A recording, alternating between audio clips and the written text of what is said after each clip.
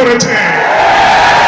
60-এর দশকে তদানীন্তন পূর্ব পাকিস্তানে ট্রেড ইউনিয়ন করে বাংলাদেশের কল কারখানা ঢাকা, চট্টগ্রাম, ডেমরা, গাজীপুর, খুলনা শিল্প এলাকায় ট্রেড ইউনিয়নের নামে মালিক শ্রমিক দ্বন্দ্ব বাঁধিয়ে এক শ্রমিক নেতা পাশ্চাত্যের এবং সমাজতন্ত্রের ধর্মনিরপেক্ষ রাজনীতির বীজ ঢুকিয়ে বাংলাদেশের শ্রমিকদেরকে তারা সমাজতন্ত্রের প্রশিক্ষণ দিতে শুরু করেছিল। কলে কারখানায় মালিক শ্রমিক দ্বন্দ্ব বাঁধিয়ে তারা যে নাস্তিক্যবাদী ধারার সূচনা করেছিল, তারা বলতো শ্রেণী সংগ্রামী হচ্ছে পৃথিবীর ইতিহাস। শ্রমিক কল্যাণ ফেডারেশন 1963 সালে প্রতিষ্ঠা লাভ করে বলেছে, না, শ্রেণী সংগ্রাম নয়, সত্যবিদ্যার দ্বন্দ্বই হচ্ছে পৃথিবীর ইতিহাস।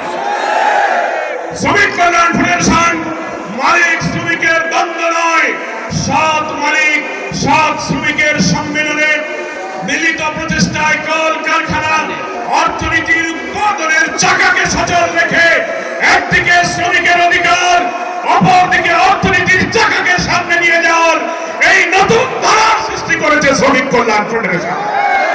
প্রিয় ভাই আমার, তারা স্লোগান দিয়েছিল শ্রমিক রাজ কায়েম করবে। তারা বলেছিল trade union is the school of communism.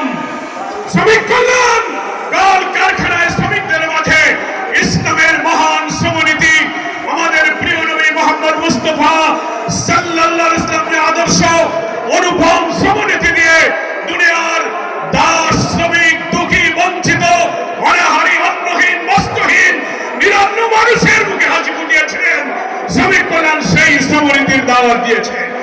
শ্রমিক কল্যাণ আল্লাহর নবীর আদর্শ তুলে ধরে মালিকদের কাছে বলেছে, শ্রমিকদের বলেছে, মালিকরা যা খাবে এবং করবে শ্রমিকরা যেন সেই পরিমাণ, সেই মানের খেতে পারে, করতে পারে, সেই ন্যূনতম বেতন মজুরির ব্যবস্থা করতে হবে।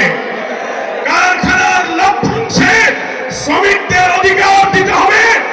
আল্লাহ নবী সে আদর্শের কথা শ্রমিক কল্যাণ বলেছে। সাধ্যের অতিরিক্ত কাজ চাপানো যাবে না। শ্রমিকদের কর্মঘণ্টা নির্দিষ্ট